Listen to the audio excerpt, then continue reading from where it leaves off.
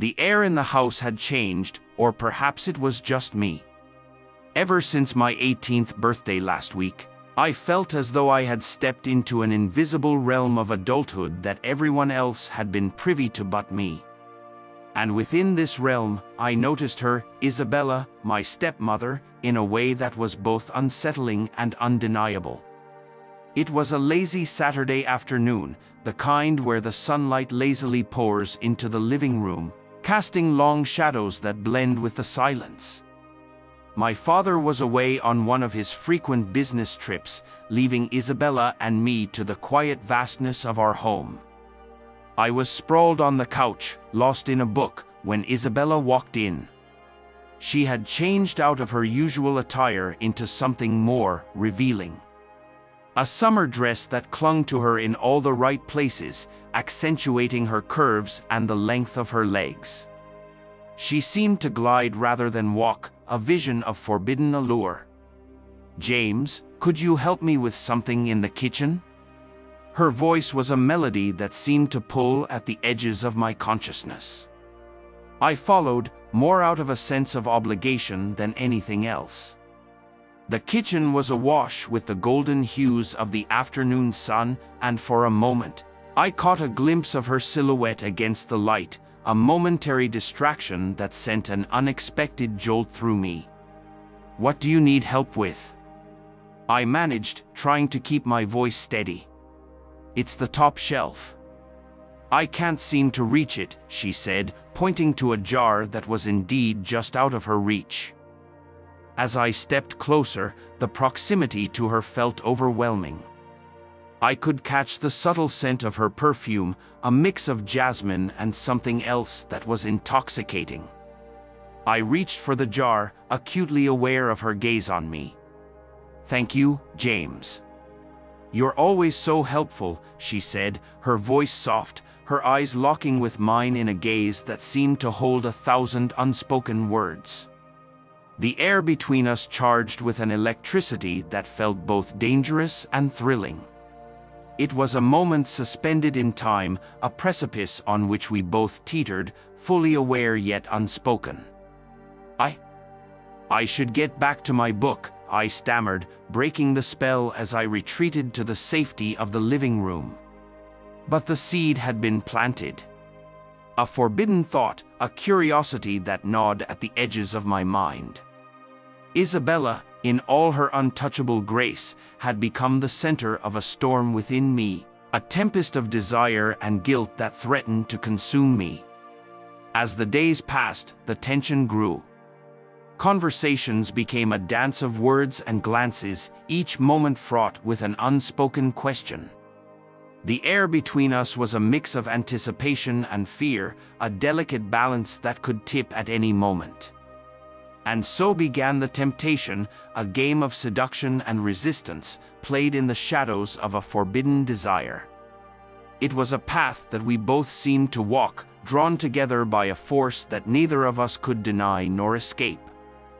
The days that followed were a blur of stolen glances and unspoken words. The house, once a place of mundane routines, had transformed into a stage for a dance as old as time, yet as fresh and dangerous as if we were its first performers. Isabella and I moved around each other with a cautious choreography, each aware of the other's presence, each moment tinged with the thrill of the forbidden. One evening, as the sun dipped below the horizon, painting the sky in hues of orange and pink, I found myself alone with Isabella in the living room. My father's absence had become more pronounced, his presence reduced to brief phone calls and promises of return. Isabella was at the piano, her fingers dancing over the keys with a grace that was mesmerizing. The melody was soft, filled with a longing that seemed to echo my own. I lingered in the doorway, unseen, allowing myself a moment to watch her, to see the passion with which she played. As the last note faded into silence, she spoke without turning, her voice breaking the stillness. "Do you enjoy music, James?" I stepped into the room, drawn to her by a force I no longer wished to resist. "I do." But I've never heard anything quite like that before. It's a piece I've been working on, she said, finally turning to look at me. It's about longing, about wanting something you know you shouldn't. The air between us crackled with an intensity that was impossible to ignore. I moved closer, driven by a desire to understand, to connect with her on a level beyond the physical. Why play it? My voice was barely above a whisper, afraid to break the spell that seemed to envelop us. Because sometimes, it's easier to express feelings through music than words, she replied, her gaze holding mine, a challenge and an invitation all at once. I took a seat beside her on the piano bench, our sides touching, the heat from her body a siren call. And what feelings are those? I asked, my voice steady despite the storm raging inside me. Isabella turned to face me, her eyes searching mine for a moment before she spoke. The feeling of wanting something so much, even when every part of you knows it's wrong. The confession hung in the air between us, a shared secret that bound us together. I reached out, my hand brushing against hers, a tentative touch that spoke volumes. What if I said I felt the same? Her breath caught, and for a moment there was hesitation. Then, with a decisiveness that took my breath away, she leaned in, her lips meeting mine in a kiss that was gentle yet fraught with all the pent-up desire and longing we had both been holding back. The kiss deepened, and for those few moments, nothing else mattered. The world outside ceased to exist, leaving only the two of us, lost in the forbidden dance of our making. As we parted, breathless and shaken, the reality of what we had done and the potential consequences began to settle in. Isabella looked at me, a mix of fear and something akin to wonder in her eyes.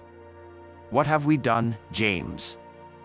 I had no answers for her. Only the certainty that what had started as a temptation had blossomed into something far more dangerous and intoxicating. We had crossed a line, and there was no going back. Chapter 3, Resisting Desire. The days that followed were a blur of confusion and clandestine glances. The air between Isabella and me was thick with unspoken words and suppressed desires. I found myself caught in a whirlwind of emotions, each day growing more intense than the last. It was a battle between mind and heart, a test of wills that I was afraid I might lose. One evening, as the sun dipped below the horizon, painting the sky in shades of orange and pink, I found myself alone with Isabella once again. My father had called earlier to say he would be working late, his voice distant and preoccupied. The house felt larger, emptier, with his absence, a gilded cage that held us together. Isabella had been in the garden, tending to her roses, a hobby that she said brought her peace. I watched her from the kitchen window, the way the fading light danced across her skin, the gentle curve of her neck as she bent over the flowers. It was a simple moment, yet charged with an intensity that I couldn't escape. James, could you come out here for a moment? Her voice floated in from the garden, pulling me from my thoughts. I hesitated, every fiber of my being screaming to maintain the distance between us, to protect the fragile line we hadn't yet crossed. But like a moth to a flame, I found myself drawn to her, unable to resist the pull of her presence. As I stepped into the garden, the scent of roses enveloped me, a sweet fragrance that mingled with the cooler evening air.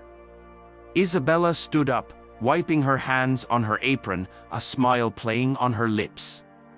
"I need your help with something," she said, her eyes meeting mine. There was a warmth in her gaze, a softness that I hadn't seen before. "What do you need?" My voice was barely above a whisper, the proximity to her igniting a fire within me that I struggled to contain. "It's this rose bush," she gestured towards a particularly stubborn plant that seemed to resist her efforts. I can't seem to get it to cooperate. I knelt beside her, our hands brushing as we worked together to tame the rebellious bush. The touch was electric, sending waves of desire coursing through me. I was acutely aware of her, of the heat of her body so close to mine, of the gentle rise and fall of her chest as she breathed. We worked in silence, a symphony of unspoken emotions swirling around us. It was a dance of avoidance, each of us careful not to step too close, to breach the invisible barrier that held us back. Finally, the bush relented, bending to our will. We stood back, admiring our handiwork, the tension between us palpable. "Thank you, James," Isabella said, her voice soft, her gaze lingering on mine a moment too long. "I couldn't have done it without you." "I should probably head inside," I said, the words feeling like a lifeline, pulling me back from the edge of something I wasn't sure I was ready to face. "Yes, of course," she replied, though her voice held a note of disappointment. As I walked back to the house, the cool evening air felt like a balm, soothing the turmoil within me. I knew that this was a line we couldn't cross, a boundary that, once breached, could never be mended. But with each passing day, the battle within me grew. Resisting desire was like holding back the tide, each wave stronger, more insistent than the last. And I feared that soon, I might drown in the depths of my own longing. The tension had become unbearable, a constant companion that shadowed my every step. Each day, the line between right and wrong seemed to blur a little more, the forbidden fruit hanging just within reach, tempting, taunting. It was late one evening, the house quiet except for the soft ticking of the clock in the hallway, marking the passage of time, a reminder of the inevitable. I found myself wandering aimlessly, drawn inexorably towards the library where I knew Isabella often spent her evenings reading. The door was ajar, a sliver of light spilling into the darkened hallway. I paused, my heart racing, every instinct screaming at me to turn back, to flee from the precipice upon which I found myself. But it was too late, the pull of her was too strong. I pushed the door open, stepping into the warm glow of the room. Isabella was there, ensconced in an armchair, a book forgotten in her lap. She looked up, her eyes meeting mine, a spark of something indefinable passing between us. "James," she said, her voice a soft caress in the quiet of the room. "I didn't hear you come in." "I couldn't sleep," I confessed, my voice barely above a whisper. It was the truth, but not the whole truth. The reality was, I was drawn to her, like a moth to a flame, unable to stay away. She patted the seat beside her, an invitation that was both a balm and a torment. I hesitated, every fiber of my being at war with itself. But in the end, desire won, and I found myself moving towards her, taking the seat she offered. We sat in silence, the air between us charged with unspoken words and suppressed desires. The book lay forgotten, a testament to the tension that thrummed through the room. "James," Isabella began, her voice breaking the silence, "this is dangerous." "I know," I replied, the weight of our reality pressing down upon me. "But I can't help it. I can't stay away from you." Her gaze held mine, a myriad of emotions swirling in the depths of her eyes.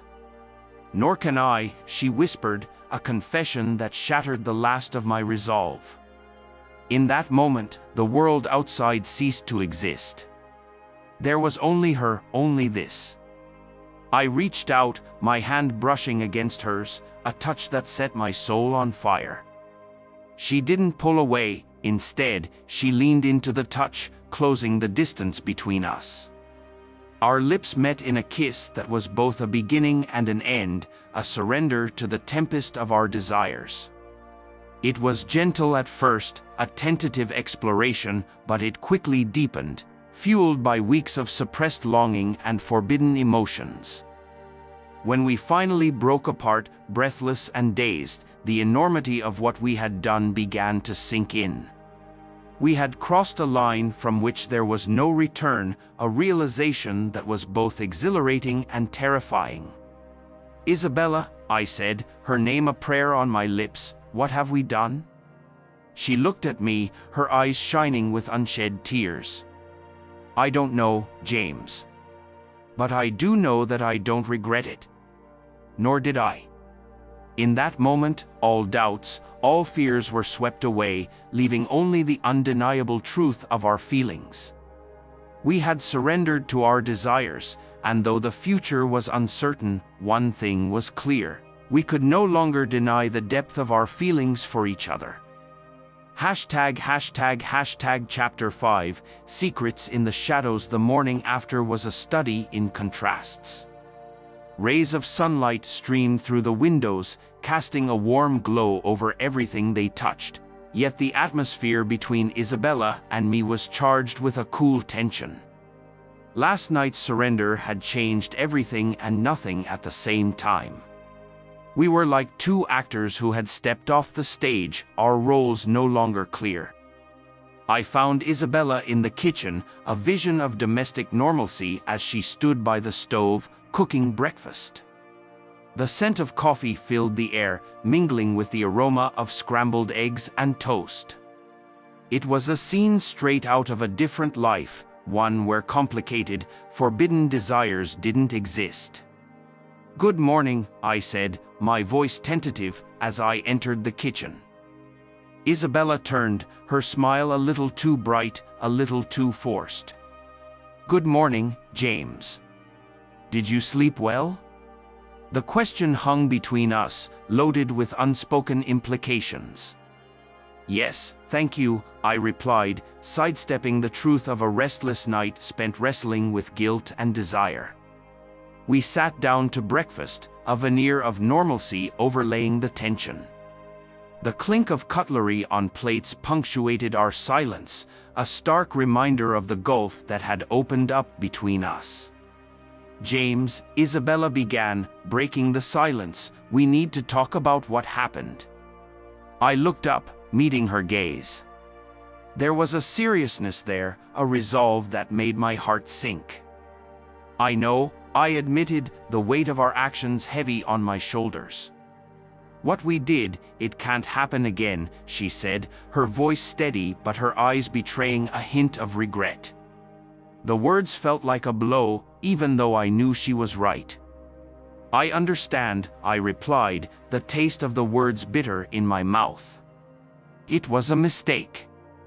Isabella flinched at that, and I immediately regretted my choice of words. "Not a mistake," she corrected softly. "But something that cannot, should not happen again." The distinction was small but significant, acknowledging the reality of our feelings even as we agreed to deny them. It was a compromise of sorts, a way to live with the truth without letting it consume us. "We should keep our distance," I suggested, the words feeling like shards of glass in my throat. "At least until things feel less intense." Isabella nodded, her expression somber. "You're right. It's for the best." The rest of the meal passed in silence, each of us lost in our own thoughts. After breakfast, I retreated to my room, the walls feeling like they were closing in on me. I needed to escape, to clear my head. I decided to go for a walk, the fresh air and open spaces a balm to my troubled mind. As I wandered through the streets, I replayed our conversation over and over in my head.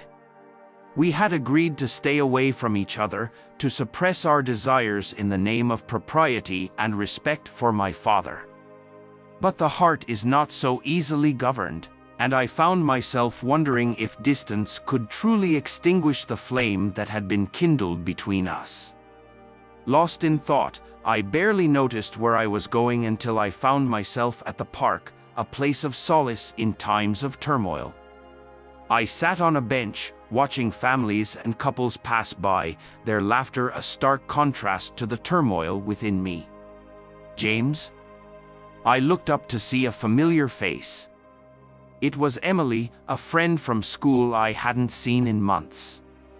Her presence was a welcome distraction, a reminder of a life outside the complicated web I had entangled myself in. "Emily, hi," I greeted, grateful for the interruption. "It's been a while." We fell into easy conversation, the simplicity of the interaction a stark contrast to the complexity of my feelings for Isabella. For a brief moment, I allowed myself to forget, to just be a normal 18-year-old talking to a friend. But even as I laughed and shared stories with Emily, part of me remained trapped in the shadows of forbidden desire, wondering if the light of normalcy would ever fully reach me again. The days that followed were a testament to the strength of will, or perhaps the folly of it. Isabella and I kept to our word, orbiting each other like distant planets, aware of the other's gravity yet resisting the pull. The house, once a sanctuary, now felt like a stage for a play we were both reluctant to perform. One evening, as autumn whispered its way into the leaves, turning them into a mosaic of gold and crimson, I found myself unable to bear the silence any longer. The house felt too small, the walls too close. I needed to escape, to breathe. I grabbed my jacket and headed out, the crisp air a welcome relief from the stifling atmosphere inside. The streets were quiet, the world seemingly at peace, unaware of the turmoil that churned within me. I walked without direction, my thoughts a jumbled mess. The conversation with Emily had been a balm, but it had also served as a stark reminder of what I was trying to suppress. My feelings for Isabella weren't something that could be simply wished away or ignored. They were a part of me, as real and as undeniable as the air I breathed. Lost in thought, I barely noticed the figure approaching me until she was almost upon me. It was Isabella, wrapped in a coat, her hair a cascade of silver under the moonlight. My heart skipped a beat, the sight of her stirring something deep within me. "James," she said, her voice breaking the silence. "I was looking for you." "Why?" The word escaped me before I could think better of it, a mix of hope and fear lacing my tone. Isabella took a step closer, her eyes searching mine. "Because I can't do this anymore," she confessed, her voice barely above a whisper. "I can't pretend that what happened between us didn't change everything." Her words were a balm and a blade, soothing the ache I'd felt since that night while simultaneously reopening the wound. "Isabella," I started, but the words caught in my throat. "I know," she said, reaching out to touch my arm, her fingers warm against my skin. "I feel it too. This distance, this pretending, it's tearing me apart."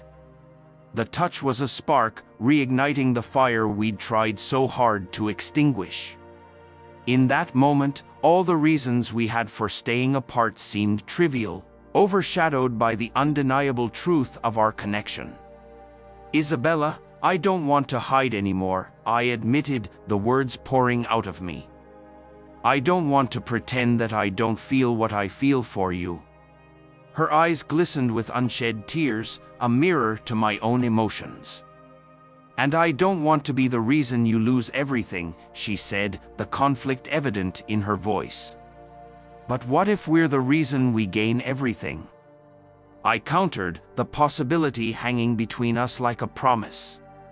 It was a gamble, a leap into the unknown, but as we stood there, under the canopy of stars, it felt like the only choice we had.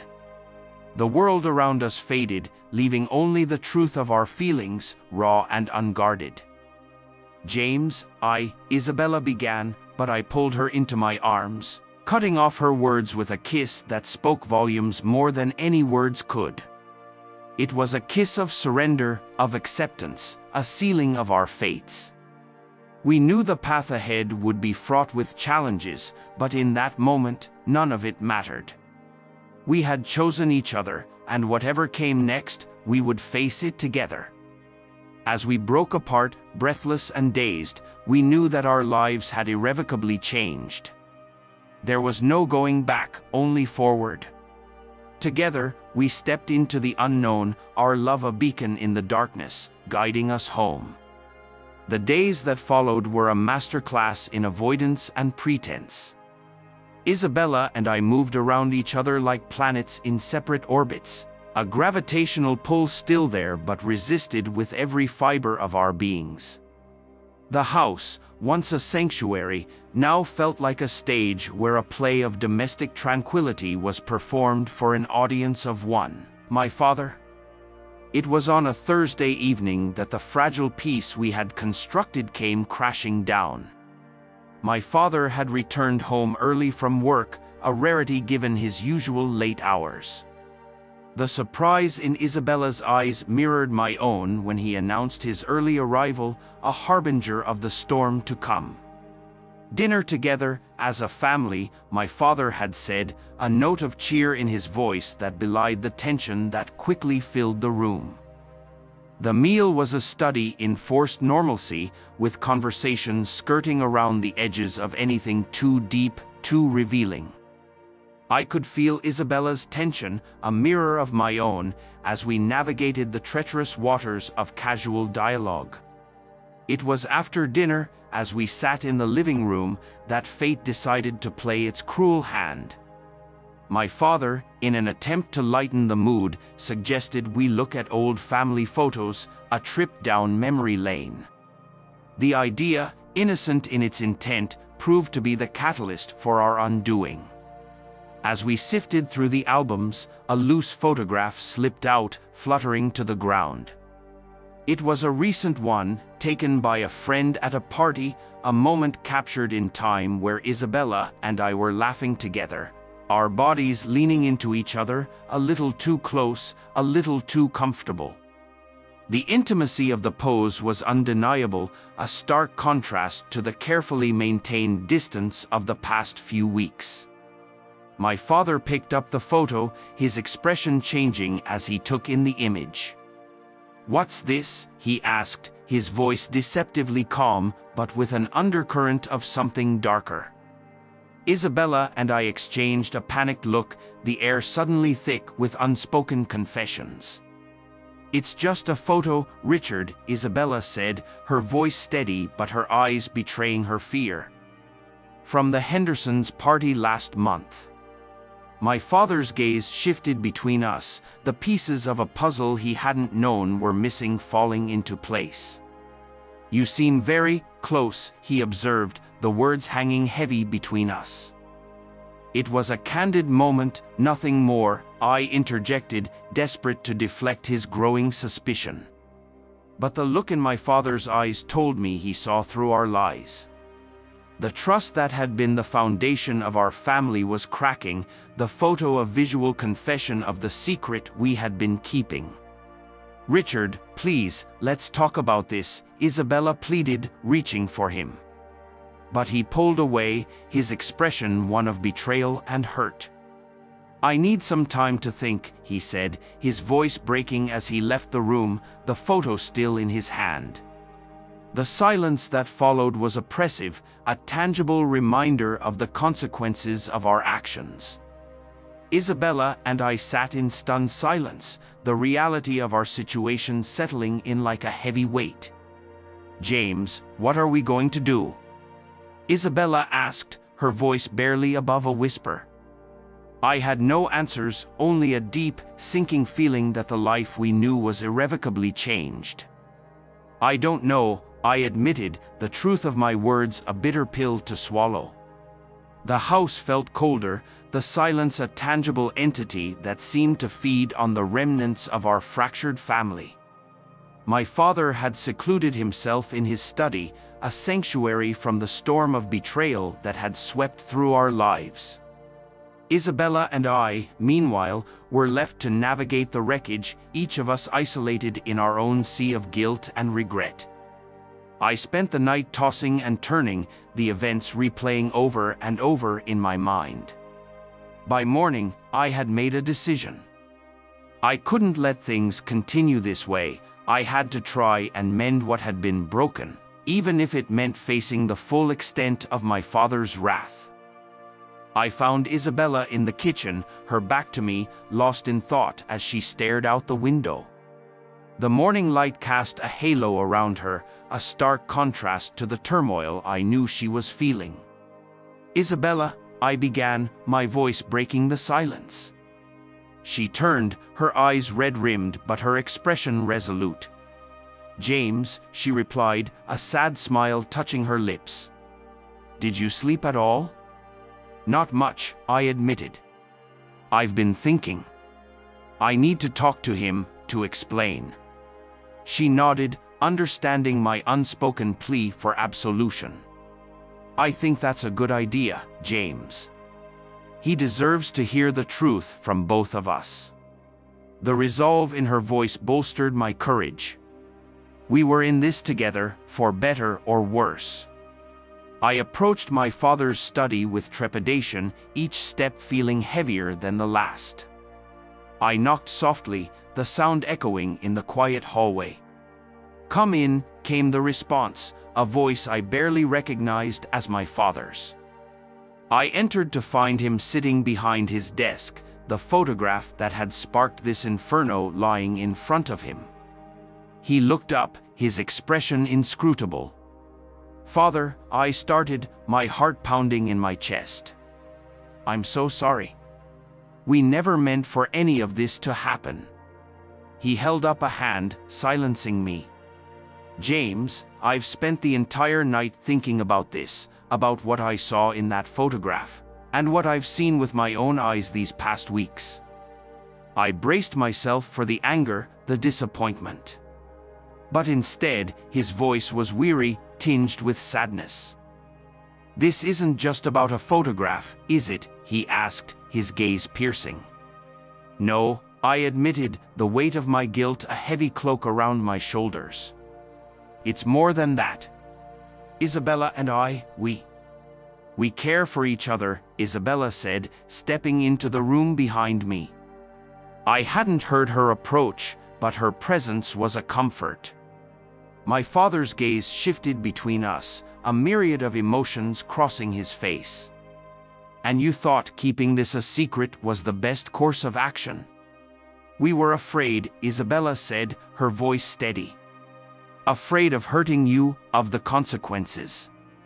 The truth always comes out, one way or another," he said, his voice softening. "I wish you had trusted me enough to come to me sooner." The disappointment in his voice was worse than any anger he could have shown. We had not only betrayed his trust, but we had also underestimated his capacity for understanding. "Richard, I'm so sorry," Isabella said, moving closer to him. "We never wanted to cause you pain." He looked up at her, the connection they had once shared a visible ache. "I know," he sighed. "But the damage is done. We need to figure out where we go from here." The conversation that followed was difficult, a navigation through hurt feelings, betrayal, and the uncertain future.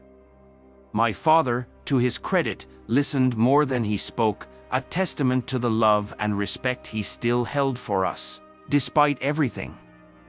As I went to bed that night, the house still felt cold, the future uncertain. But there was a glimmer of hope, a sense that maybe, just maybe, we could find a way to heal the wounds we had inflicted on each other. The path forward was unclear, but for the first time since this all began, I felt that we might be able to face it together. The atmosphere in the house had become suffocating in the days following the discovery. Conversations were terse, meals taken in silence, and the once warm and inviting spaces now felt cold and forbidding. My father had become a ghost, his presence felt more in his absence, retreating into a shell of hurt and betrayal. It was during this tense period that Isabella's condition became impossible to hide. Morning sickness and doctor's visits raised questions that neither of us were prepared to answer. Yet, the truth, as it always does, found a way to surface. I remember the day clearly, a storm brewing outside, mirroring the turmoil within our home. My father had called for a family meeting, a sense of finality hanging in the air. We gathered in the living room, the very picture of a family at the brink. "Isabella has something to tell us," my father began, his voice steady but his eyes betraying a deep sadness. The look he gave me was one of profound disappointment, a silent accusation that cut deeper than any words could. Isabella took a deep breath, her hand finding mine in a gesture of support. "I'm pregnant," she said, the words hanging heavy in the air. The reaction was immediate. My father stood up abruptly, his chair scraping against the floor with a harsh sound that echoed in the tense silence. "Pregnant," he repeated, the word a grenade that had just been detonated. "Yes," Isabella confirmed, her voice stronger now. "I know this is not how we wanted things to come out, and I'm sorry. More sorry than I can say." The apology hung between them, a feeble bridge over a chasm too wide to cross. My father looked from Isabella to me, the pieces of the puzzle clicking into place, his worst fears confirmed. "How long?" he asked, his voice barely a whisper. "About 3 months," Isabella replied, her eyes downcast. The silence that followed was oppressive, filled with the weight of unspoken recriminations and shattered trust. My father's gaze settled on me, a mix of hurt, anger, and disbelief. "James, how could you?" The question was directed at me, but it was clear that the betrayal he felt was not mine alone to bear. I had no answer for him, no words that could mend the broken trust or heal the wounds that we had inflicted. "I'm sorry," was all I could muster, a pathetic attempt to convey the depth of my remorse. My father shook his head, a gesture of disbelief and resignation. "I need to think," he said, turning away from us, his shoulders hunched as if bearing the weight of the world. He left the room, leaving Isabella and me to grapple with the reality of our situation. The storm outside raged on, a fitting backdrop to the storm that had just broken within our family. "James, what are we going to do?" Isabella asked, her voice trembling. I took her hand, squeezing it gently. "We'll figure it out," I said, though I had no idea how. "Together." The air was thick with tension, a silent prelude to the storm that was about to break. The house, once a haven of warmth and love, had become a battleground of emotions and unspoken truths. It was in this charged atmosphere that the inevitable happened, a moment of reckoning that would change the course of our lives forever. Richard, having returned home unexpectedly, was confronted with a reality he could no longer ignore. The signs had been there, whispers of a truth too painful to acknowledge, but it was the sight that greeted him that shattered any remaining illusions.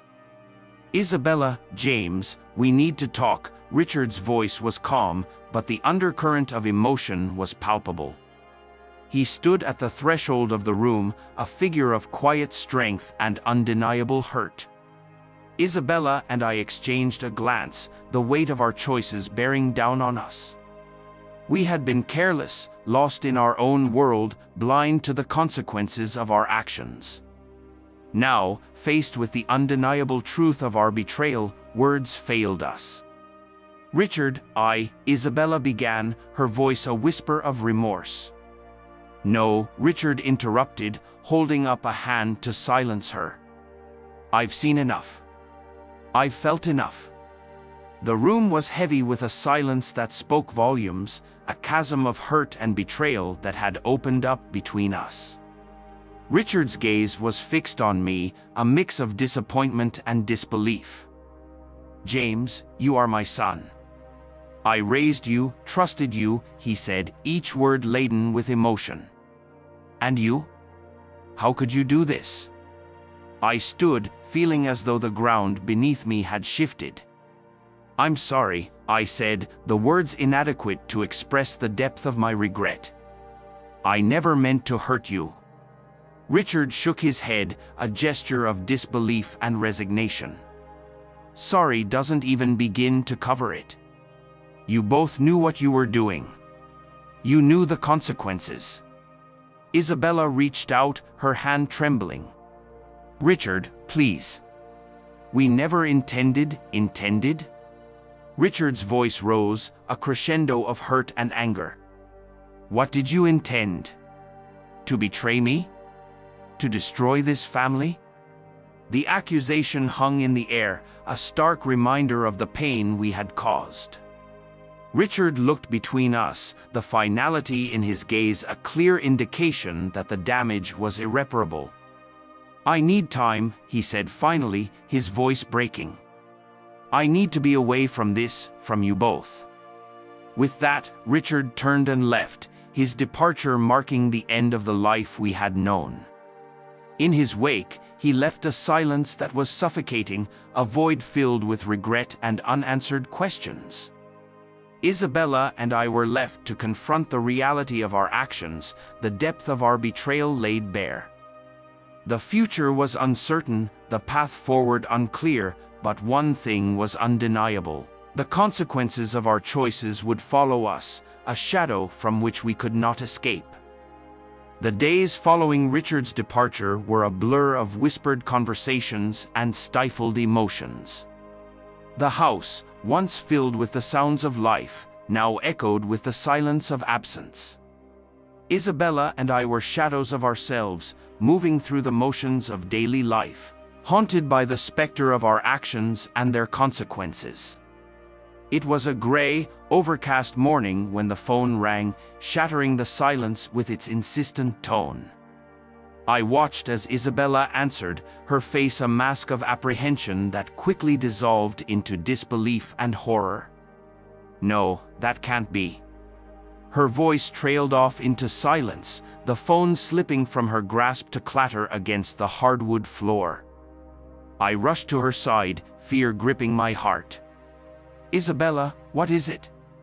What's happened? She looked up at me, her eyes brimming with tears, a look of utter devastation on her face. It's Richard, she whispered, the words barely audible. There's been an accident, he's gone. The world seemed to tilt on its axis, the room spinning around me as the gravity of her words sank in. Richard, the man who had been a constant in my life, my father, gone in the blink of an eye. How? My voice sounded distant, as if someone else were speaking. A car accident, Isabella managed, her voice breaking. They said it was instant. The finality of it was overwhelming, a wave of grief and guilt crashing over me. We had parted on terms of pain and betrayal, and now there would be no chance for reconciliation, no opportunity for forgiveness. The days that followed were filled with arrangements and condolences, a surreal procession of faces and voices that seemed to blend together. The funeral was a somber affair, a gathering of friends and family who came to pay their respects, to mourn the loss of a man who had touched their lives in myriad ways.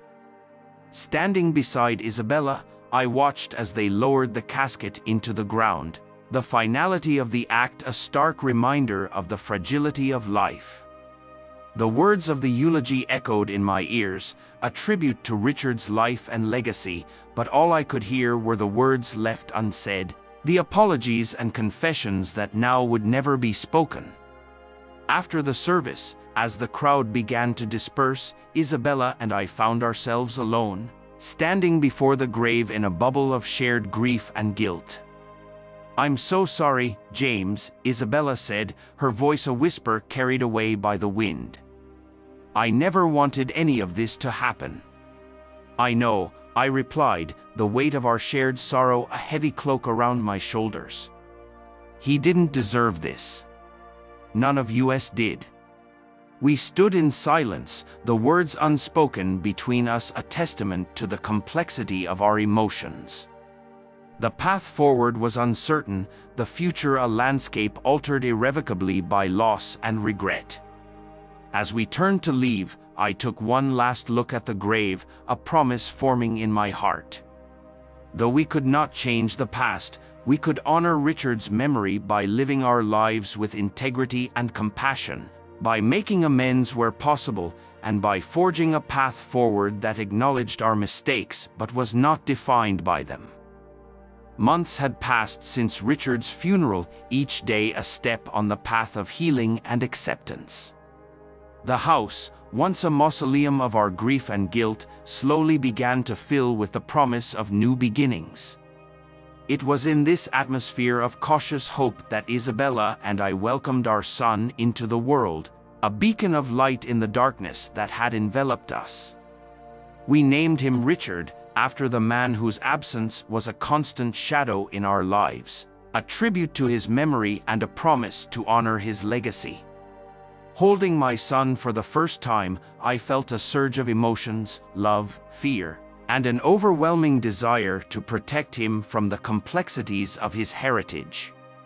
"It's a new start for us, James," Isabella said, her voice filled with a mixture of joy and sorrow as she cradled our son in her arms. "A chance to do things right, to build a life that Richard would have been proud of." I nodded, the weight of our past decisions a heavy burden, but one that felt lighter with the promise of the future reflected in my son's eyes. "We owe it to him," I agreed, "to Richard, to our son, to ourselves. We can't change the past, but we can shape the future." The decision to get married was one born out of love and necessity, a desire to provide a stable foundation for our son.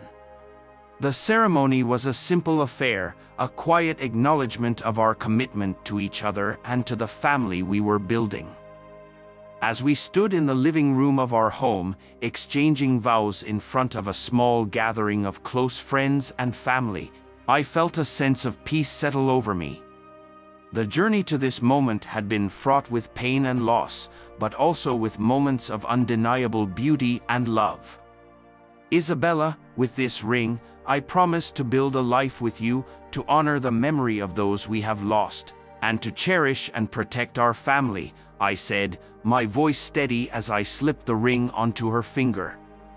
"And I, James, promise the same," Isabella replied, her eyes shining with tears and love. "Together, we will face whatever the future holds, united in our love for each other and for our son." As we kissed, sealing our vows, I felt a sense of closure, a chapter ending and a new one beginning. We had faced the consequences of our actions, and though the road ahead would undoubtedly hold its challenges, we were ready to face them together. Living in the same house that had witnessed our darkest moments, we were determined to fill it with new memories, to transform it into a home filled with love and laughter. It wouldn't be easy, but we had each other, and now we had Richard, our son, our hope, our future.